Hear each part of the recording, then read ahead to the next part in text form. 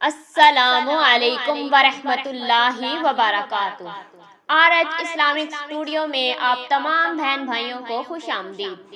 کیا آپ نے کبھی سوچا ہے کہ جب آپ کی دعا رد ہوتی نظر آتی ہے تو اس کے پیچھے اللہ کی کیا حکمت ہوتی ہے؟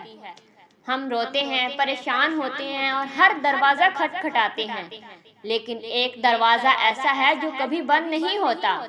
آج کی یہ ویڈیو ان لوگوں کے لیے ہے جو ٹوٹ چکے ہیں، جنہیں لگتا ہے کہ اب کوئی راستہ نہیں بچا۔ میں آپ کو کوئی پرانا راستہ نہیں بلکہ وہ راز بتاؤں گی جو صحابہ اکرام کی زندگی بدل دیتا تھا۔ اس ویڈیو کے آخر میں ایک ایسی دعا ہے جو آپ کی قسمت کا بند تالا کھول سکتی ہے، اس لیے ایک لمحہ بھی مس مت کیجیے گا۔ ہم سب کی زندگی میں وہ وقت آتا ہے جب ہمیں لگتا ہے کہ دشمن زیادہ طاقتور ہے، یا قرض کا بوجھ اتنا ہے کہ سانس لینا بھی مشکل ہو رہا ہے۔ ہم وظائف پڑھتے ہیں لیکن دل میں شک ہوتا ہے کہ کیا یہ کام کرے گا۔ یاد رکھیے، وظیفہ صرف الفاظ کا نام نہیں بلکہ اللہ پر اس توکل کا نام ہے جو آگ کو پھول بنا دیتا ہے۔ جب آپ کہتے ہیں کہ یا اللہ میں تھک گیا ہوں، اب تو سنبھال لے، تب سے آسمانی مدد شروع ہوتی ہے۔ حضرت ابراہیم علیہ السلام جب آگ کے ڈھیر پر تھے تو انہوں نے لمبی دعائیں نہیں مانگی تھی، انہوں نے صرف 4 لفظ کہے تھے، حسبنا اللہ و نعم الوکیل۔ ان 4 لفظوں نے پوری کائنات کے نظام کو ہلا کر رکھ دیا۔ کیوں؟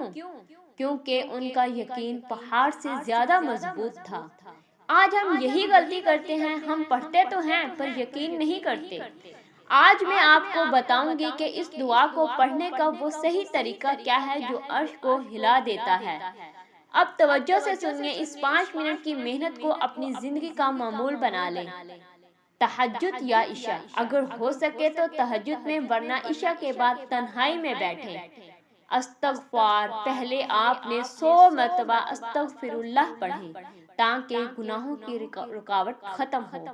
درود ابراہیمی، 21 مرتبہ آپ نے درود ابراہیمی پڑھیں، اور آخر میں 500 مرتبہ حسبنا اللہ و نعم الوکیل پڑھیں۔ پڑھتے وقت اپنے مسئلے کو دماغ میں رکھیں اور یہ تصور کریں کہ اللہ پاک کے نظام نے آپ کا کام سنبھال لیا ہے۔